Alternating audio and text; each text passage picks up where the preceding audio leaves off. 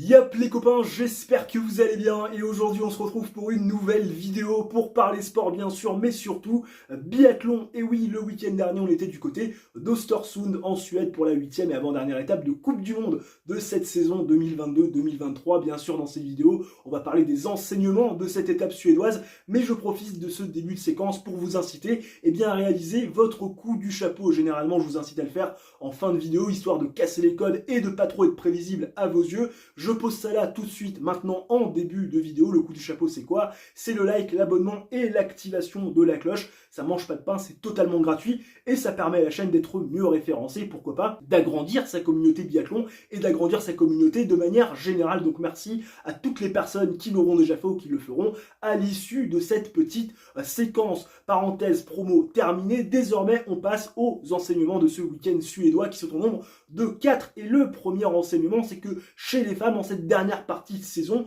week-end de compétition est égal à la surdomination. Du côté de Nové Mesto en République tchèque, on avait vu une Marte Osborg-Reuseland étincelante avec un doublé sprint poursuite, et cette semaine du côté d'Östersund, on a vu une Dorothea Virer tout simplement extraordinaire, vainqueur du 15 km, puis vainqueur de la Mastart et la course des Rennes, synonyme donc de doublé. Dorothea Virer, si on doit résumer son week-end en quelques mots, c'est impérial face aux cibles, 40 sur 40 donc sur les courses individuelles, couplées bien évidemment à une vitesse de déplacement très solide sur les skis, qui lui a notamment permis de résister à sa compatriote Lisa Vitozzi sur le dernier tour de l'individuel, alors que cette dernière avait également tiré à 20 sur 20, et également dans le dernier tour à Lou-Jean Monod, une Dorothea Virer qui a parfaitement géré ses compétitions du côté d'Östersund et qui réalise donc le doublé, qui devient du même coup la nouvelle dauphine au classement général de Julia Simon. Elle succède à ce poste à Elvira Öberg et bien sûr à sa compatriote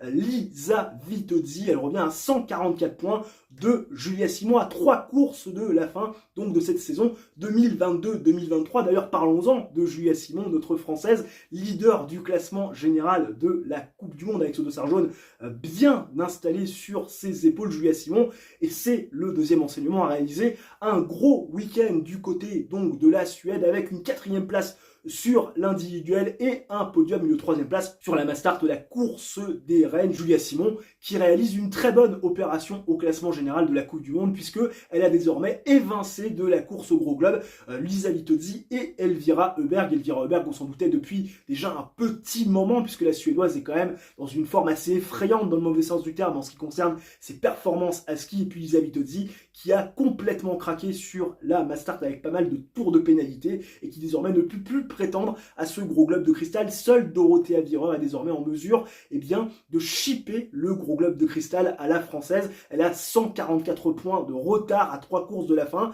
Très difficile mais pas impossible pour l'italienne, même si je vais être très honnête avec vous, je ne vois pas Julia Simon craquer et se faire chipper le gros globe de cristal par Dorothea Virer pour plusieurs raisons. D'abord, la première, c'est que Julia est toujours aussi forte en cette fin de saison. Elle était encore la plus performante sur les skis, même s'il lui en manque encore un petit peu derrière la carabine. En témoigne ce qu'elle a réalisé du côté de l'individuel avec ses 2 balles perdues sur son premier debout, qui lui ôte toute chance de victoire et bien sûr de podium, qui lui ôte aussi également toute chance de victoire sur la Mastart, alors qu'elle avait dominé presque de la tête et des épaules du début à la fin. Cette dernière balle qui se perd en haut à gauche, synonyme de 3e place, puisque derrière ça a tiré à 20 pour Lou et pour Dorothea Virer dans une course de très haut niveau. Mais Julia, elle a vraiment encore très faim, elle l'a annoncé, elle veut encore gagner, et pourquoi pas réaliser un doublé, son premier doublé en carrière sprint poursuite. Elle ne l'a toujours pas fait, elle se verrait bien le faire du côté de la colline d'Holmenkollen cette semaine en Norvège. Et puis Dorothea Virer, on le sait, la Norvège et notamment Oslo, c'est pas une piste qui répond à ses caractéristiques. Seulement un podium en carrière, c'était sur la poursuite, une 2e place lors des championnats du monde en 2016, donc une éternité.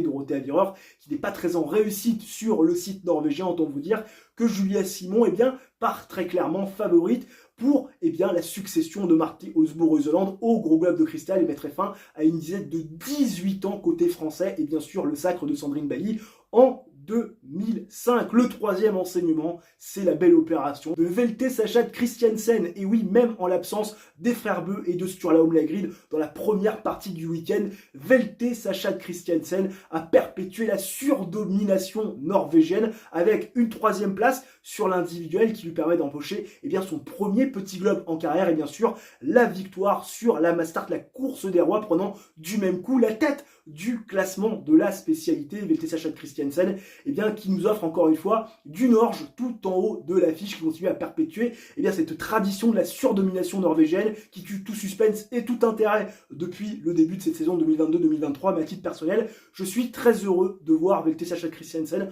enfin récompensé. C'est un athlète de presque 31 ans qui a été très longtemps maintenu en deuxième niveau de l'élite mondiale avec bien évidemment cette TBU Cup qui est aujourd'hui diffusée sur la chaîne de l'équipe à cause de la densité de cette équipe norvégienne qui est toujours aussi dense aujourd'hui. Puis il y a quelques années, 4 ou 5 saisons de cela, il a réussi à se faire une place de manière définitive dans ce groupe A de l'équipe de Norvège. Et pour moi, ce petit globe de l'individuel et ce petit globe de la Mastart qui lui tend les bras, puisqu'il ne reste plus qu'une course des rois qui sera disputée dimanche lors de la dernière course à Oslo-Mønkollen, c'est vraiment la récompense du courage et de l'abnégation. Donc vraiment un grand bravo à Velte Sachat Christiansen et bien sûr un grand bravo, et c'est le quatrième enseignement, à Eric Perrault qui, ça y est, explose aux yeux du grand public. On l'a dit et répété sur la chaîne, à Nové Mesto, il s'est passé quelque chose chez Eric. D'abord, 2 top 25 bien réguliers sur le sprint et sur la poursuite, et bien sûr son premier relais, un relais mixte en carrière avec ce fameux 5 sur 5 sur le tir debout qui fait craquer tout le monde, ou presque, notamment Martin Ponsiluoma, qui certainement débloque des choses dans sa tête. Et au vu de ce qui s'est passé à Östersund, on peut désormais être sûr qu'il y a eu un déclic du côté de Nové Mesto, puisqu'Eric Perrault va chercher sur l'individuel, après un 19 sur 20, sa première cérémonie des fleurs, et puis sur la Mastart, première course des rois pour lui, il va chercher avec un 19 sur 20 son premier podium en carrière, avec un dernier tour de folie où il est menacé par Hardweg, par Johannes Dalle, par Michael Krakmar, bien évidemment, le Tchèque très expérimenté. Il va prendre la roue, le ski donc de Johannes Dalle pour finalement s'assurer un podium, le premier de sa carrière. Eric Perrault est clairement l'arc-en-ciel français dans cette pluie de déception cette saison. Et oui, après la pluie, le beau temps, c'est magnifiquement dit, magnifiquement écrit. En tout cas, ce qui est sûr, c'est qu'Eric Perrault, du côté d'Östersund, a réalisé des performances de choix avec sa première cérémonie des fleurs et son premier podium en carrière. Et je vais vous le dire clairement, franchement, ça fait du bien. Ça fait du bien parce que je l'ai dit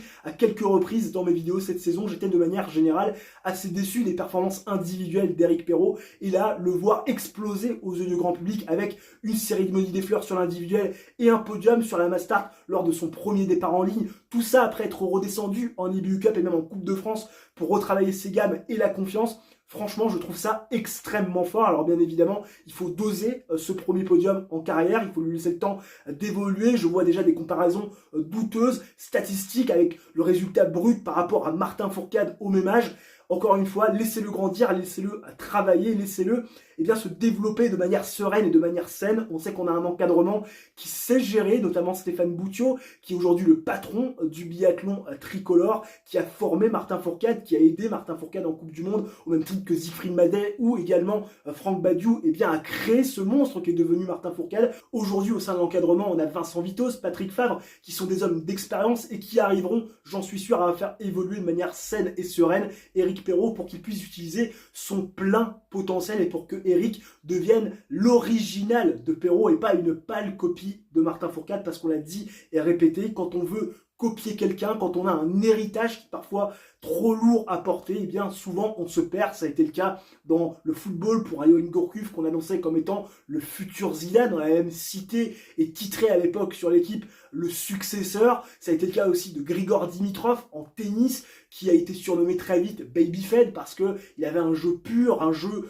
aussi beau que celui de Federer. On s'est dit il va gagner des grands chelems. Finalement le garçon n'a pas eu la carrière qu'il aurait pu ou dû avoir. Et puis on se souvient, pour rester dans le monde du biathlon, que Simon Fourcade, après ses 5 titres au championnat du monde junior, avait été annoncé comme le futur Raphaël Poiré, le Raphaël Poiré 2.0. On se souvient très bien comment ça a fini l'histoire. Donc il faut laisser le garçon tout simplement évoluer de manière saine et sereine, et pour qu'Eric revienne tout simplement l'original de Perrault et pas une copie de Martin Fourcade, parce que l'héritage sera de toute façon beaucoup trop lourd à porter. Avec Fourcade, on est parti dans l'irrationnel, 83 victoires en Coupe du Monde, 7 gros globes de cristal consécutifs, 26 petits globes, 11 titres mondiaux et 4 titres olympiques en individuel, peut-être même un 5e avec le Russe qui pourrait rendre sa médaille d'or de Vancouver sur la Mastart sur tapis vert. Donc bref, on est loin de standard en termes de statistiques. Donc qu'Eric fasse les choses de manière très sereine et surtout saine pour pouvoir évoluer à son rythme et qu'il se crée surtout sa propre histoire. C'est le principal, mais en tout cas ce que j'aime chez lui,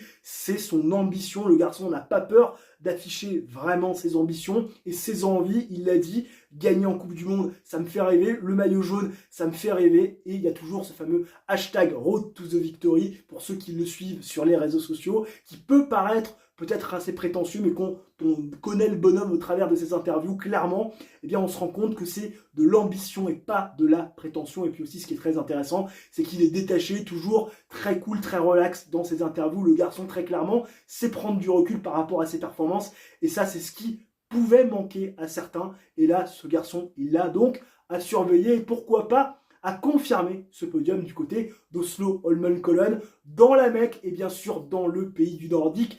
Lui qui a quand même quelques attaches en Norvège, puisque je le rappelle, eh bien sa maman, si je ne dis pas de bêtises, est norvégienne, il parle couramment le norvégien et ça serait très beau. Eh bien pourquoi pas d'aller chercher à nouveau des très belles performances et pourquoi pas confirmer son podium à Oslo Holmenkollen sur la colline dans le pays du Nordique. En tout cas, j'espère que cette vidéo vous aura plu. Si c'est le cas, n'hésitez pas à la liker, à la commenter également. Je vous ferai un plaisir de lire ce que vous avez pensé de ce week-end et des performances d'Eric Perrault et même des enseignements de manière générale qu'on a traités dans cette vidéo. Peut-être que vous en aurez d'autres aussi à étayer en commentaire. D'ici là, portez-vous bien, ciao, bye bye, et on se retrouve très prochainement pour une nouvelle vidéo.